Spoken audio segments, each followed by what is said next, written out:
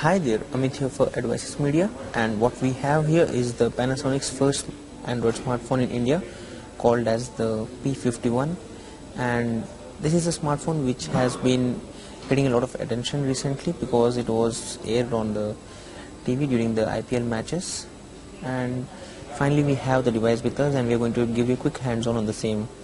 The device comes bundled with a magnetic flip cover which actually works this way. As you can see here, you can just remove it this way and use the phone normally, while the flipper quickly sticks here and you can start using it. It's pretty good, pretty strong flip cover here, so you don't have to worry once you attach the same. Now let's get into the device first and show you what all comes here. So talking about the device, it comes with the quad-core 1.2 GHz processor with Android 4.2.1 out of the box. Now getting the latest Android and a pretty good 4-core processor is something very good, which is very interesting.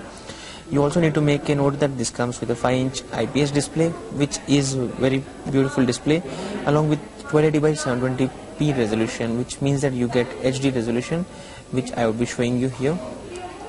So here, as you can see, this is the screen. As you can see here, this is a large 5-inch tab smartphone, which more looks like a phablet because of the form factor. As you can see, there's a lot of space around on the sides and also on the top and the bottom.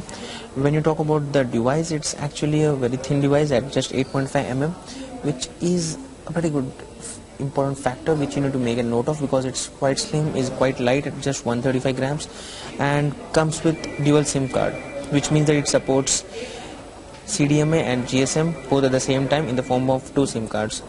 Now let's talk about the form factor first. So this is a device with 5 inches display. On the sides you have the micro SD card slot, you have the volume rockers here, as you can see, and on the left you have the SIM slot, that is SIM 1 and SIM 2. You can just pull them this way to remove the tray, to remove the cover actually, and then insert the SIM here. So that is something which you need to make a note of. And then you have the USB port where you can insert the micro USB cable, and on the top you have the 3.5 mm headset jack and the on-off toggle switch. On the bottom you have the microphone, and on the back you have the 8 megapixel camera which comes with autofocus along with flash. Now the front camera is around 1.3 megapixel which also records 720p videos, while on the back you have the 8 megapixel camera. Now talking about the battery, it's around 2500 mAh capacity, which is pretty decent enough on a daily usage, and you should be expecting pretty decent battery life. But again, we would actually test this out and show you in the next series of videos to let you know if the battery is actually worth or not, and if you actually buy this phone for regular usage with a lot of video calls or maybe even voice calls and a lot of browsing, then should you actually buy this phone or not. So that would be shown in our next series of videos. Talking about the device, it actually comes with also Bluetooth and Wi-Fi along with GPS. Let me just go to the settings and show you the current OS version. So here, let's go to the settings. Under about phone, we can find the phone's OS version, which is Android 4.2.1. that's Jelly Bean out of the box. Now talking about the internal storage, this device comes with just 4 GB of internal storage, which is very less because these days we are looking for smartphones which should actually come up with 32 GB of storage space internally, so that you don't have to even add a micro SD card or transfer your applications to the micro SD card. But in this case, the biggest blunder which Panasonic has done is in the form of storage space, where you can find that almost 50% of the same is already gone, even though there are few applications which this device has got installed because as a part of the demo unit. But still you can find that all 4 GB, just 2 GB is available, and that is very bad. Or if you are planning to download any single high-end game, then the whole 2 GB would be lost into that, and you will end up without having any storage space available. So that is something which you need to make a note of. Apart from that, these are few of the applications which come pre-installed. There are few more which are installed, but let me just show you the most important ones. Like the company claims that you have this cam card and cam scanner features wherein you can easily capture and scan stuff using the smartphone, but again most of these applications already come available on the Play Store and you can obviously download it separately. So few of those applications come pre-installed onto this device. Apart from it, also supports Microsoft Office based applications, so that you can access the MS Office based content and also transfer the same. Talking about this was about the applications part. Now let me just show you the camera, which is of 8 megapixel quality. That's the resolution. Now let me just show you a quick overview of the same. So here we have the camera application. Let's go to the settings first and check out what all is available here. So you have options ranging from exposure, scene mode, color effect, white balance, image properties, so all this kind of stuff. You have the camera setting here. Now here, this is something which you need to make a note of. You have a burst mode here which captures pictures up to 99 shots. That is something which is quite useful sometimes. You can also set up a self timer in order to capture pictures on a timer. The picture size ranges from 1 megapixel to 8 megapixel, and if you're planning to send the photos right away through WhatsApp or different kind of services, you can also go for 5 megapixel to ensure that you get smaller sized pictures. You can also preview the photos in different resolutions, and this is the ISO settings.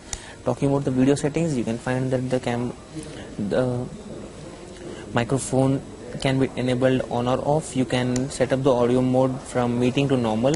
You can also create time-lapse videos by setting up the time option here, set up different effects. You have the option of setting up the quality, which ranges from low, medium, high to fine.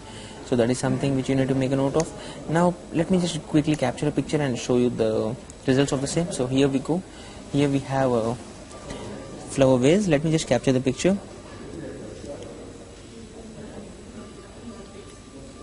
So at least for now the picture doesn't look so normal for me, because as I can see, the flowers here in the pot are actually a little bit yellowish, as you can see here in real.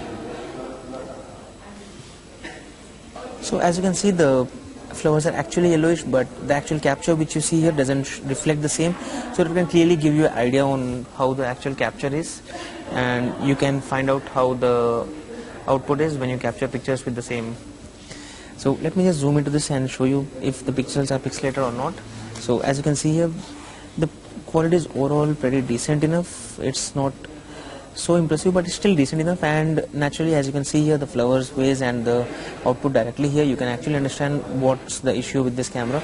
It's not so perfect, but again, considering that the whole lighting setup is also around yellowish in nature here, and the flowers also are yellowish, but the output is not showing the same, it's not reflecting the same.